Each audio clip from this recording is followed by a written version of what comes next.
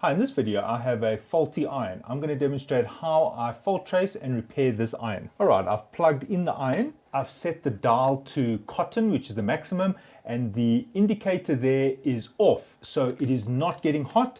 It is staying off, and if I touch the back, it's not getting hot. For your reference, this is a Philips Easy Speed iron, and there's the model number. Now the first step is to measure the resistance of the heating element inside the iron. To do this, I set the dial to the maximum temperature. I then take a multimeter and set it to resistance. I have my two leads across the live and the neutral wires of the plug top. Notice that the resistance is extremely high. The meter is showing out of range, which means that there is an open circuit. So either the element inside is damaged or the cable en route to the iron is damaged. For example, I have an iron in good working order, and if I measure the resistance across the live and the neutral, which means I'm measuring the resistance across the element, I'm getting a resistance of about 26 ohms. It doesn't matter if your resistance is a little bit higher or a little bit lower. What we want to see is if it is very high, like an open circuit, as though there is a fault, or if it is extremely low.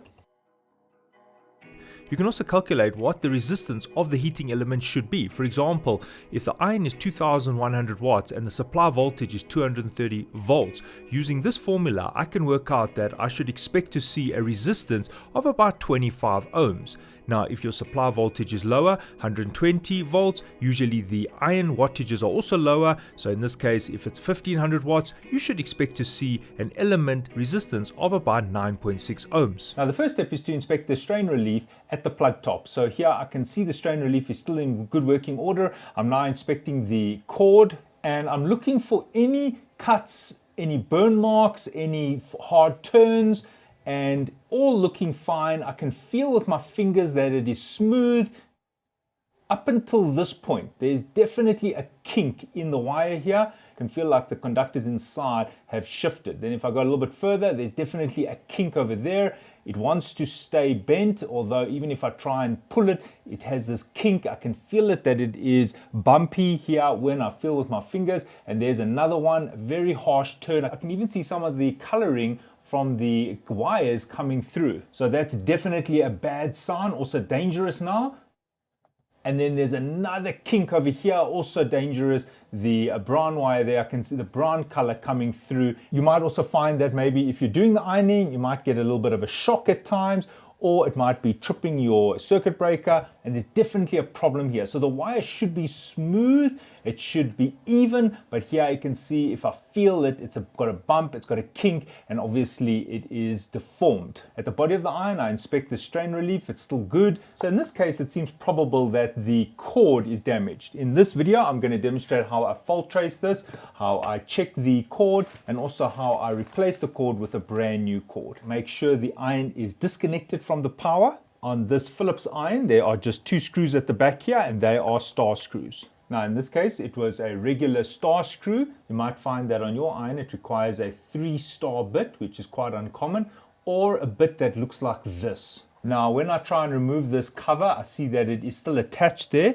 So there's obviously a screw underneath here. So I just need to remove these two buttons. Every iron is different. I take these two buttons, I squish them together, and I lift them up, straight up. There are two shafts here that seat into these two tubes here, and all I did is I squeezed this enough to unhook there and there, and these two buttons came out, and there it exposes this screw over here.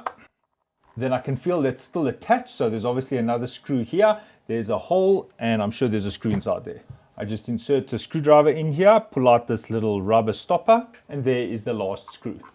Right, so now I can remove this lid, and I remove it in that direction, so I'm sliding it upwards like that. Right, I don't need to do anything further with this cover.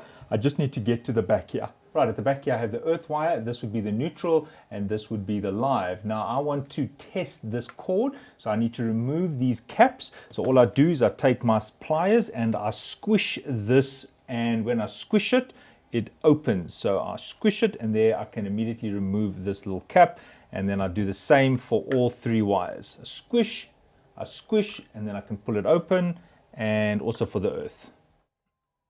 Right, so I'm going to just remove these colors so long, and now what I need to do is just check the continuity from these wires to the plug top. Right, to make it easier for the video, I'm just going to remove this so I have it in front of me. So I've just released this from the iron. All right, for the next step, you'll need a multimeter. Over here, I've got a traditional multimeter. I set it to ohms. Better yet, you can set to continuity. Continuity is a buzzing sound when the resistance is very low. For example, if I'm measuring a short circuit across the screwdriver shaft, there I can see very low resistance, and also we can hear that buzzer. All right, so I'm just going to use this meter because it's got a very nice loud buzzer, and that's telling me it's a short circuit. That's what we want to hear. I'm going to start with the blue wire, and I'm going to connect it to the one lead. And now I'm going to find my plug top, and I'm going to locate. Now this is neutral in the country that I reside in, and on this plug top, the neutral is this prong over here. And when I connect it to the meter, we can see low resistance, and also we can hear that buzzer. Definitely a short circuit. Now that's not good enough. I need to take this wire and massage it and see if I twist it, maybe that buzzing sound will stop. Maybe at this kink, I'll just twist it a bit and see if that buzzer actually goes away. And in this case, the neutral wire is perfect because even as I massage and bend and twist, I'm not losing that buzzer. And also over here at the strain relief, it's fine. So I can confirm that the blue wire is fine. I'm now going to check the brown wire, which is the live. I'm going to put this on there. And the other lead must go to the live of the plug top. So I've put that on, and I just checked that it's on nicely, and I'm not hearing the buzzer.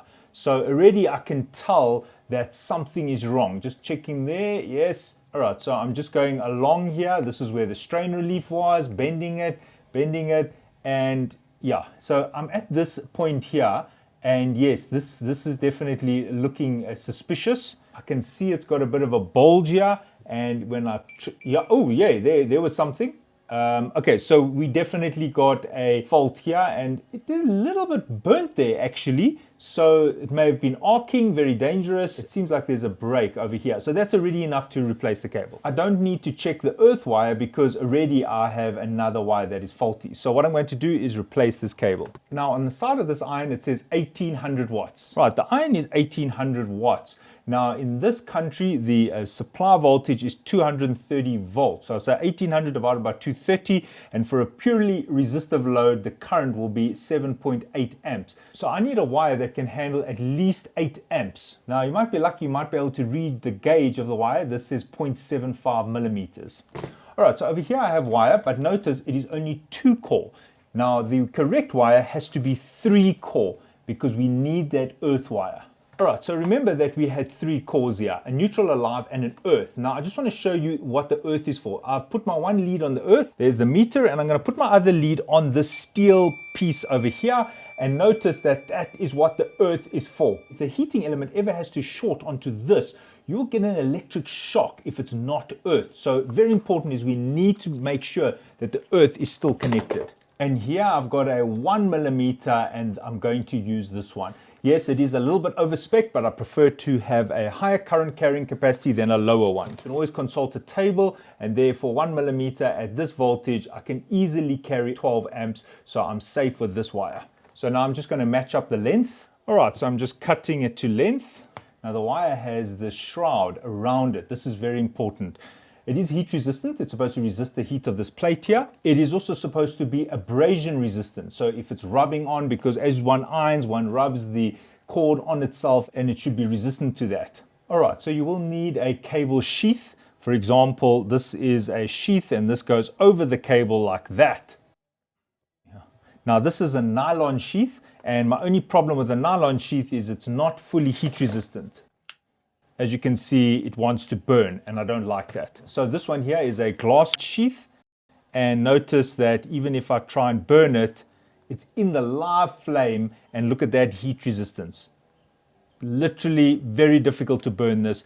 It just handles that flame. So this is what I'm going to use. Right, I'm just inserting the wire inside the sheath. Now the trick with getting the sheath on is to bunch it and then slide. Bunch, slide, bunch, slide. There we go.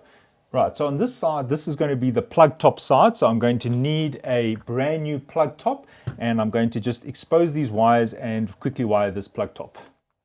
Now the original one had a nice strain relief here, but this is fused into the plastic. I don't have one of those, but keeping in mind that this original wire did not have this plastic around it. So this plastic already is providing a bit of a strain relief. So all I need to do is just fasten the sheath onto the protective covering here. All right, I'm just exposing a little bit of the wire to wire the plug. All right, I'm just lining it up to measure the length of the wires. Right, I'm just using wire strippers to remove the jackets here, only 8 millimeters.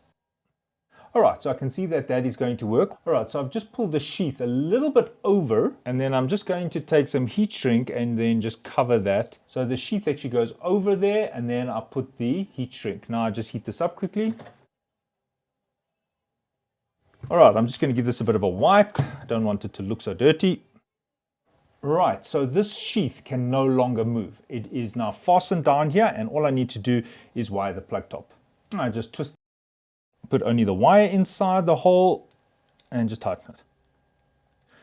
Right, in this country, the brown is on the right, and the blue is on the left, and the earth is up top. Right, now I just need to seat this between these two clamps. Right, so I just do a final tightening. Right, so there the wire is nicely tight in there. There's a little bit of extra slack for each of these wires. Right, now what I do is I pull on this sheath. I want it to be tight, and I go all the way to the end. And I'm here on this side over here at the end. Right, on this iron it looks like this. So the wire has to go through there, through there. But now if I try and install this, it's going to bunch up. So I just need to quickly take just a little bit of tape just to hold this sheath down, just in the meantime. Then I just feed that through there, and now I can feed the sheath with the wire through here. And there it's come out the other side. Right, on this side, the sheath will be fastened with the wire over here. This will fasten it down. If you don't have one of these, you could tape it down. But now I just need to expose the wire in order to join it to the live, neutral, and earth. You can just match the length by taking the old wire and putting it next to it. Notice that the earth wire is a little bit longer, which is also what I did with the plug top. I left the earth wire a little bit longer. And the reason for that is if this ever had to come out, the last wire to come out will be earth. Same as this. If this ever got pulled out, the last wire to break would be earth. That is why it's a bit longer. Another reason for having the earth wire longer is if this is ever tugged, you can see that the live wire or the neutral wire won't touch the earth. All right, so I'm just going to cut it about there. You'll notice that I actually never cut through the plastic because I don't want to gouge the conductors underneath. Once I've got a little tear there, then I can just rotate this or even use my finger and then just break this. So it's more of a pulling than a cutting. So now I can just pull this apart. And there is no nicks on the wire at all. Then I just cut the live and neutral a little bit shorter. And now I use the wire strippers just to expose some of the copper.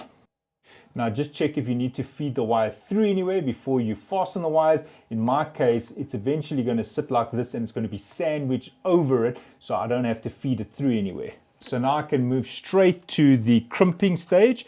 I'm just going to twist the earth. Now if your ferrules are still okay, you can put them back on. And if you've got a crimper, then you can just crimp it.